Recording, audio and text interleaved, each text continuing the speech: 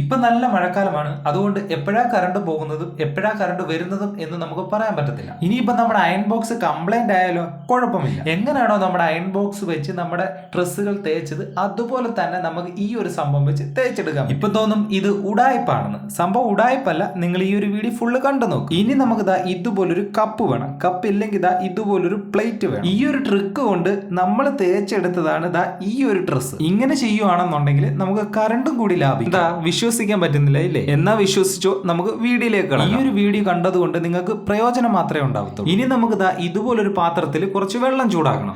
പെട്ടെന്ന് ചൂടാവാൻ വേണ്ടിയാണ് ഞാൻ കറണ്ട് അടുപ്പിൽ വെള്ളം ചൂടാക്കിയത്. ഇല്ലെങ്കിൽ ഇതുപോലെ അടുപ്പിനകത്ത് വെള്ളം ചൂടാക്കും. ഇനി നമുക്ക് ഏതാണോ അയൺ ചെയ്യേണ്ടത് ആ ഡ്രസ്സ് അങ്ങോട്ട് എടുക്കാം. ഡ്രസ്സിന്റെ മേളിൽ പാത്രം വെച്ചിട്ട് പാത്രത്തിന്റെ മേളിൽ നമ്മൾ ചൂടാക്കിയ വെള്ളം ഒഴിച്ചു കൊടുക്കുന്നു. നമ്മൾ എങ്ങനെയാണോ അയൺ ബോക്സ് വെച്ച് നമ്മൾ ഡ്രസ്സ് തേക്കുന്നത് അതുപോലെ തന്നെ നമ്മുടെ പാത്രം വെച്ച് തേച്ചു കൊടുക്കുക. ഓൺ ദ സ്പോട്ടിൽ തന്നെ നമുക്ക് റിസൾട്ട് കാണാൻ പറ്റും. ഇനിയിപ്പം ബെന്നിയെ മാത്രമല്ലടവേ നമ്മുടെ ഡ്രസ്സ് നമുക്ക് ഇങ്ങനെ ചെയ്യാൻ പറ്റും. ഈ ഒരു പാത്രം വെച്ച് ഇങ്ങനെ അയൺ ചെയ്യുന്നത് കണ്ട് നിങ്ങൾ ഞെട്ടണ്ട. നാളെ നിങ്ങൾക്കും ഇതേപോലെ തന്നെ പാത്രം വെച്ച് ആൾക്കാരെ അയൺ ചെയ്ത് സംഭവം അങ്ങനെ ഉണ്ട്.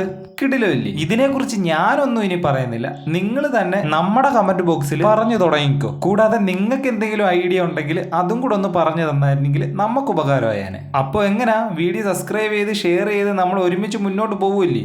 അടുത്ത വീഡിയോ കാണാം. Good bye.